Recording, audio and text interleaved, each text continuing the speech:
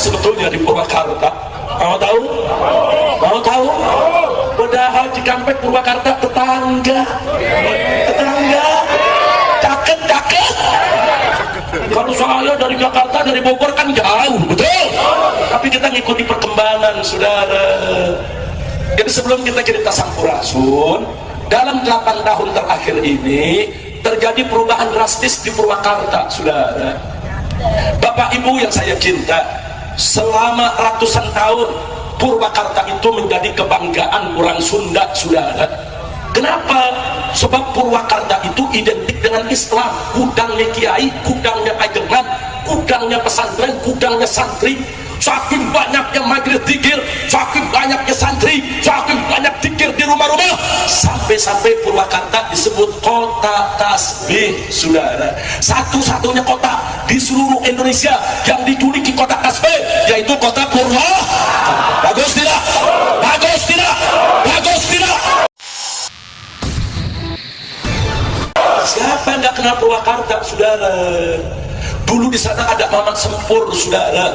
Banyak ajangan-ajangan Jawa Barat belajar ke sana. Itu baru yang terakhir, minal mutaakhirin, saudara. Belum ulama-ulama sebelumnya, saudara.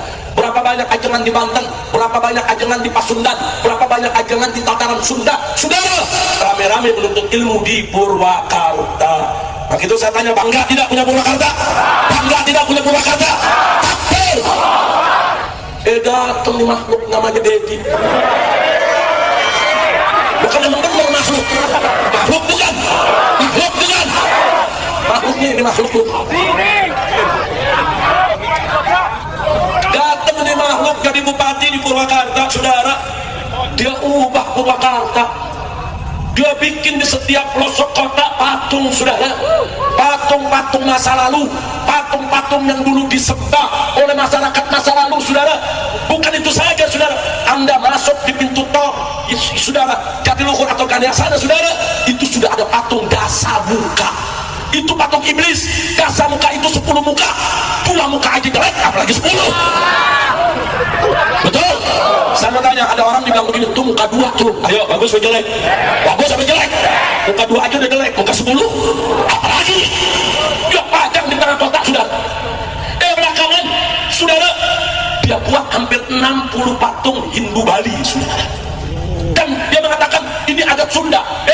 Patung bukan adat Sunda, kemusyrikan bukan adat Sunda, adat orang Sunda identik dengan syariat Islam, betul? Saya mau tanya semua, saudara, patung adat Sunda bukan? Kemusyrikan adat Sunda bukan? Takbir! Enaknya pakai ngomongnya adat Sunda, pala lu benar. Ngomong jangan menghina orang Sunda, betul? Orang Sunda itu identik dengan Islam, betul? Orang Sunda itu cinta kepada ulama dan ajangan, betul?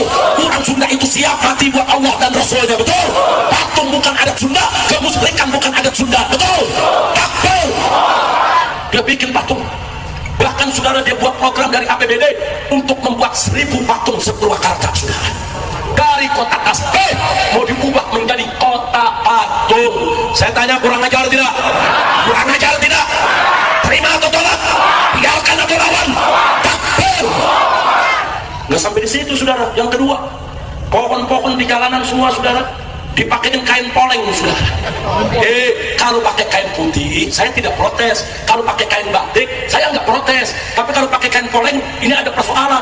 Kain poleng itu adalah kain ritual Hindu Bali, hitam putih kotak-kotak. Kenapa mesti pakai kain Hindu Bali? Kenapa bukan kain batik Sunda? Betul? Sunda juga punya kain batik khas, betul tidak? Betul tidak? Katanya orang Sunda, katanya mau bela adat Sunda, ternyata adat Bali yang dibawa ke Purwakarta. Kurang ajar tidak? Semua dipakai kain poleng. Itu di Bali. Orang Bali punya keyakinan setiap pohon itu kayak dedemitnya. Nah, supaya dedemitnya ini jinak dipakein kain poleng. Saya mau tanya, saudara, sesat tidak? Sirik tidak? Wafat tidak? Takayul tidak? Itu ajaran Islam bukan? Itu yang kedua. Yang ketiga, nggak sampai di situ, saudara. Saya mau tanya sama orang Cikampek Kerawang, tahu Bebegi? Tahu Bebegi? Bebegi tempatnya di mana? Buat nakut-nakutin apa? Buat nakut-nakutin burung, betul? Jadi petani-petani itu pintar. Bagaimana supaya burung pada lari? Mereka tahu Bebegi, saudara. Yaitu patung orang-orangan yang dibuat dari alang-alang, saudara. Nah burung ini kan nggak punya akal, dia nggak bisa bedain mana petani mana alang-alang. Sudah. Nah, dibohong untuk petani supaya panennya bagus, nggak dirusak sama burung. Bagus tidak? Saya tanya, kalau begitu petani pintar tidak? Cerdas tidak? Bagus tidak? Berarti bebekit ditaruh di tengah sawah buat nakutin burung, boleh tidak? Boleh, saudara. Nggak apa-apa. Di Purwakarta lain lagi, saudara. Setiap RT, setiap RW, setiap kepala desa diwajibkan untuk pasang, yaitu patung bebekit raksasa, dipakai kain putih, ditaruh sesajen di setiap gapura gang Purwakarta, saudara. Kurang aja tidak? Jadi bebekit yang di Jawa Barat untuk di tengah sawah, di Purwakarta ditaruh di tengah kota, dijadikan bola, saudara. Dan saya bertanya, itu ada Sunda bukan? Ada Sunda bukan? Patung ada Sunda bukan? Musyrik ada Sunda bukan? Purwosat ada Sunda bukan? Takbir! Masya Allah, kira-kira jelas gak? Yang keempat, gak sampai di situ. Dia minta sama PLN Purwakarta supaya setiap malam bulan purnama listrik dipadamkan, saudara, dari jam 6 sore sampai jam 9 malam. Untuk apa? Supaya masyarakat Purwakarta mendapatkan berkah dewa bulan purnama. Ngawur tidak, sesat tidak, musyrik tidak. Saya mau tanya orang Sunda, saudara, nyembah bulan atau nyembah Allah? Nyembah bulan atau nyembah Allah? Tuhannya orang Sunda bulan atau Allah? Yakin? Jadi apa yang dilakukan Bupati Purwakarta? Ngawur tidak, sesat tidak, menghina Islam, menghina agama, merusak adat budaya Sunda. Betul? Takbir! Insya Allah. Udah berapa tuh? Yang kelima. Apalagi yang kelima, saudara? Beberapa waktu yang lalu saat ulang tahun kota Purwakarta, ini Bupati bikin kereta kencana, dibawa keliling Purwakarta. Apa dia bilang? Kereta kencana ini sebagai mas kawinnya dengan Nyi Roro Kidul. Ngindi kali ya. Ini saya mau tanya, gelo apa enggak? Waras sampai gelo? Waras sampai gelo? Iya mah gelo. Ngaku kawin Nyi Roro Kidul. Iya. Ini dia ingus kucing. Goblok. Ya, kan gini loh, sirik mensirikan, sesat mensesatkan menjadi hal yang biasa sekarang kan. Setingkat Pak Quraisy aja disebut sesat, kan? Setingkat Pak Mahfud MD saja disebut sesat, gitu loh. Setingkat Pak Mahfud MD loh itu. Kemudian setingkat dulu Cak Nur, pemikir besar, Hasanah Islam Indonesia, itu juga disebut kafir kan, gitu loh. Saya Gus Dur sama kan, sesat. Ya kebetulan saya ini adalah para pengagum mereka gitu loh. Pengagum Cak Nur, pengagum Gus Dur, pengagum Cak Nun, Gus Mus gitu loh. Saya pengagum pikiran-pikiran Pak Quraisy dari sisi tafsir Al-Qur'an ya. Ya, tentunya saya memahami itu dalam 3 pokok pikiran. Keislaman, kemodernan, dan keindonesiaan. Nah, bicara keindonesiaan saya ke Sunda. Nah, ketika ke Sundaan pasti kan masuk dalam ruang lingkup kebudayaan pada masa lalu. Yang jadi pertanyaan saya adalah kenapa setiap nilai-nilai kebudayaan masa lalu bangsa saya, orang Sunda atau orang Jawa, selalu dimusyrikan, selalu dibikin identitas bertentangan dengan agama? Letak bertentangannya di mana? Itu yang menjadi pertanyaan saya. Tetapi ajaran kebudayaan yang dibawa dari Timur Tengah itu kan juga banyak yang bukan dilahirkan pada zaman Nabi. Sebelum Nabi sudah ada. Nah, misalnya Pak Said Agil pernah menyampaikan dalam ceramahnya, masjid itu pakai menara. Menara itu dari munara. Munara itu adalah tempat penyimpanan api, yaitu orang-orang Majusi waktu itu menyembah api yang disimpan di menara. Kemudian menara itu menjadi khasanah masjid yang dipakai di kita semua. Kenapa sih itu boleh dipakai jadi masjid? Kenapa yang di kita nggak boleh? Nah, ini yang jadi pertanyaan kita gitu loh. Bagi saya nilai-nilai masa lalu itu penuh kearifan. Misalnya orang Sunda, silih asa, silih asi, silih asu, apa sih tidak arifnya? Ada kereta kencana, kemudian dikasih dikasih ratus ya, dikasih bunga. Apa bedanya dengan bendera yang dihormat? Kan sama, diarak setahun sekali, orang nonton foto-foto. Apa bedanya dengan bendera yang dihormat? Kan sama aja. Apa benderanya sih dengan bendera ormas, bendera partai? Kan sama gitu loh. Itu kan simbolisasi saja. Ya, kalau itu nggak boleh, bendera ormas juga jangan dibela-bela dong. Kan ketika nama ormasnya dilecehkan orang lain kan ngamuk. Kan ketika nama partainya dilecehkan orang lain kan orang ngamuk juga. Kan artinya bahwa samalah semuanya juga masih menghormati simbolisasi gitu loh. Cuman beda. Ya cuman beda. Nah itu problemnya apa? Misalnya kain pohon dikasih kain, terus problemnya apa? Katanya itu dianggap apa, Hindu bukan agama Hindu. Nah pertanyaan saya, ada nggak di India pohon dikasih kain? Nggak ada, itu khas Bali aja. Bukan khas Hindu loh, khas Bali. Bali itu khasnya budaya Nusantara. Nah kemudian menjadi pertanyaan saya, terus masalahnya apa? Bagus mana pohon dikasih kain dengan pohon dikasih paku? Dikasih paku, kasih iklan, ditulisan di situ. Misalnya hubungi 08 sekian-sekian-sekian gitu kan ya, untuk sedot tinja. Oke. Bagus mana dengan pohon dikasih kain? Nah, yang dimasalahin kan kain kotak-kotak warna hitam. Nah, kain kotak-kotak warna hitam itu kan bukan barang baru di kita. Semar itu dalam golek, wayang golek, itu pasti kainnya kotak-kotak hitam. Hanoman itu, kan kotak-kotak, karena orang Indonesia itu mengenal dua warna hitam putih. Kan sama dengan di Mekah. Mekah juga kan hitam, kenapa nggak pink? Kan artinya warna hitam memiliki makna filosofi. Warna putih memiliki warna filosofi. Nah kemudian kotak-kotak. Nah kalau kotak-kotak juga nggak boleh, papan catur juga nggak boleh. Oke, Kak, apa pertimbangannya apa membungkus pohon? Estetika, agar pohon itu nggak ditempelin paku. Dirusak. Kenapa dikasih kotak? Karena eksentrik. Karena dikasih kain pink nggak pantas. Nah yang disebut menistakan itu apa? Orang menistakan agama itu, orang miskin lapar, nggak dikasih makan. Orang kayanya tertawa terbahak-bahak, itu menistakan agama. Anak-anak yatim dibiarkan terlantar. Orang-orang sakit dibiarkan tanpa pengobatan. Itu menistakan agama.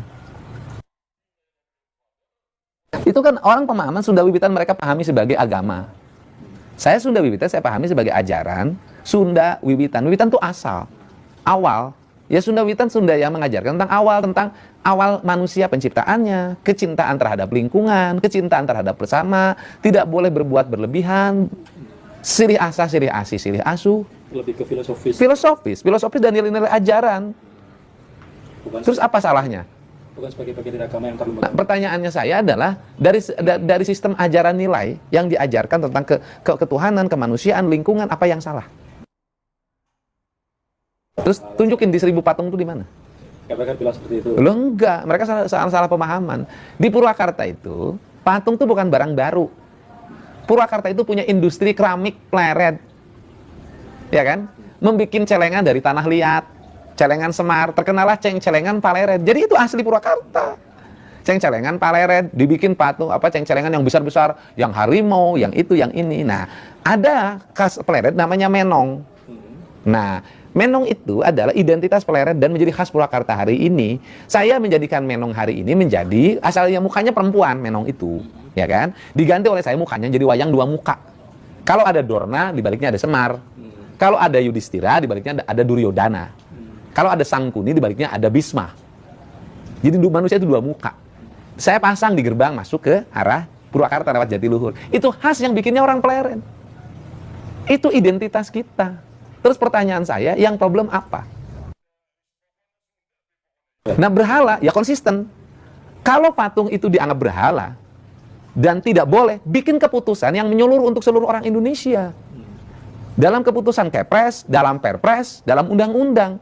Pertanyaan saya adalah, kenapa sih kalau patung harimau Kodim nggak dimasalahin? Kenapa patung Lodaya di Polres nggak dimasalahin? Kenapa patung polisi nggak dimasalahin? Kenapa patung tentara nggak dimasalahin? Sepertinya memang. Nah di Jakarta patungnya lebih gede, patung Sudirman. Nah persoalannya kenapa sih patung yang gede di Jakarta yang dimasalahin di Purwakarta yang kecil-kecil?